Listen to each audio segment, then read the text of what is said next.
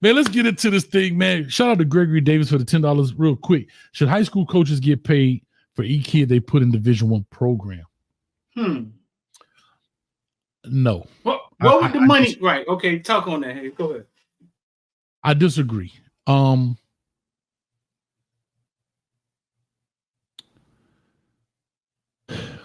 do I say this, man? As a coach, I know you're going to. I believe high school coaches should definitely get paid more, and they should get paid from the schools more. Mm-hmm. Why do I say that? Is because I'll say this: you should get paid maybe by the kids you put in school. I'll say that. Now, Division 1, 2, 3, whatever, you should get some kind of incentive for doing that. Because again, people don't realize how hard it is to put D1 kids in school. We get accustomed to the Centrals, the Northwesterns, those kind of schools, the Matter Days and X, Y, and Z. But there are hundreds and hundreds. Dog, when the last time a D1 kid came out of every school in Dade County, maybe Coral Reef or this? I'm not saying there hasn't been, but it's always few and far between when you think about a whole state full of high schools. So no, but if you do put a kid in college, I do believe that a coach should be at least recognized for it, bro. Because I'll tell you a quick story about Dade County. Go ahead. Dade County, GMAC, the Greater Miami Athletic Conference, they used to put out a program with all of the kids that got college scholarships, right? It did nothing. They wouldn't give us money. They wouldn't even give us the day off to go to the conference in January. They wouldn't pay for anything, no per diem. They wouldn't. At that time, we had DVDs. We were buying blank DVDs in the tower. Remember the tower, the 10 tower TV DVDs and stuff? Of course. We would buy that out of our own pocket just to help these kids get in college. But yet they wanted to take the credit and post how many kids from the GMAC got college scholarships. You know what I'm saying? And that's the same thing that's happening now. Why high school coaches don't get paid more? Because they pull on the heartstring. If we decide to strike, where do all of these kids go to college? So you said they did what? Explain that second part again. Okay, so at the end of the year, say you had a list of 5 kids, Central had 10 kids, Northwestern had 8 kids. You send that list into the GMAC of all the kids that receive college scholarships. They would then post that like in like some publication, whatever they, or put on the website or whatever it was, wherever they post it. Mm-hmm. As if it was them. Now, yes, we work for them, but they did nothing to help us do that. They didn't buy blank DVDs. They didn't even, bro, we would have to take our own personal sick time or personal leave to go to the convention in January, wherever it may be. So I'm just saying they did very little, but yet they took the credit. Is there a program in the comment section? Is there a program in high school that puts more kids in college than the football program? No. Nope. I can tell you that offhand. I know that right off the bat. Nope. Okay. What's the value? Most cases. Huh? I was saying what's the value of a kid going to college from a high school? Is there a stat somewhere? Is there something somewhere that gets the school more? Like, you know what I'm saying? What's the value?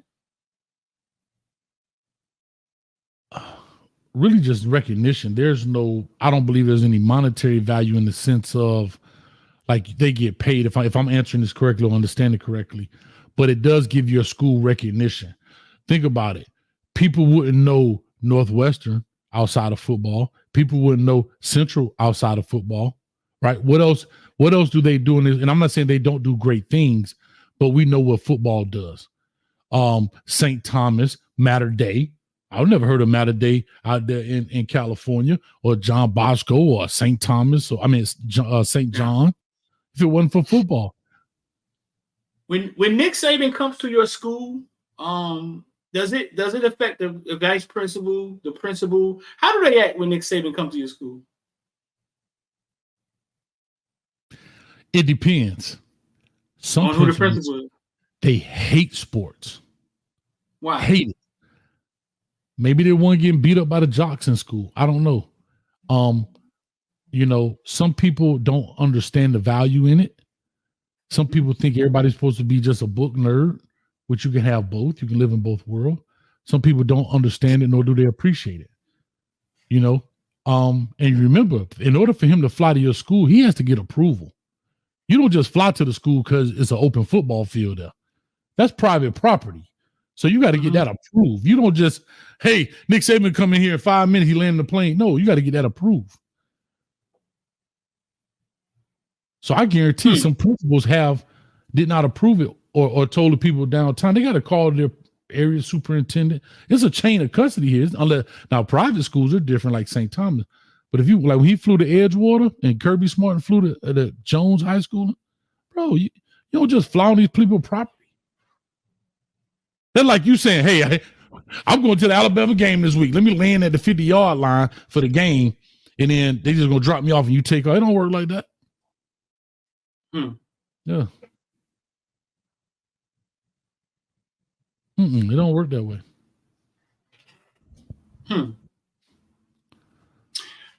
Yeah, that's a weird thing. If there's no program that puts more kids in college than football, then it goes back to how we started this conversation. Sometimes you got to push the check back over there and be like, "Hey, man, we ain't taking that." And it's the same thing with the coaches. I know Luther Campbell tried to get the coaches in Dade County to join together, Dade and Broward, and some people just didn't understand it. He tried to get them to be on one accord for leverage for getting college jobs, or for a lot of different things. But when it comes to getting paid, it's the same thing we just talked about. They got to join together and say, "Hey, listen, this don't make sense." Nobody wants to be that. Okay, so to your point, and I think I mentioned this before, we did that way back. I keep bringing up Wesley Frater. He worked with Nike, Tournament of Champions, TLC. Shout out to Wesley Frater. He helped out so many inner city schools. He used to have a Dade and Broward game on Martin Luther King weekend, right? At that time, only one going. Big deal, right? Sold out. GMAC and the Miami Dolphins got together and did one at the same time, the same exact weekend. So we, as black coaches, got together, we met, and we all met down at an office building and said, we're not going to send any kids to the GMAC Miami Dolphins Dade Broward game. We're going to support Wesley Frater. They got wind of it, sent an email to every principal in the county and said, if you do not give names to this all-star game, you need to fight. The coaches could be fired. Get what the coaches did. Sent kids to the other all-star game. And guess what? Because they were a bigger conglomerate, they ate up Wesley Frater, and he ended up having to move his date like towards around Christmas time. And then it was never the same. So big bank take little bank. You know what I mean? Well, yeah.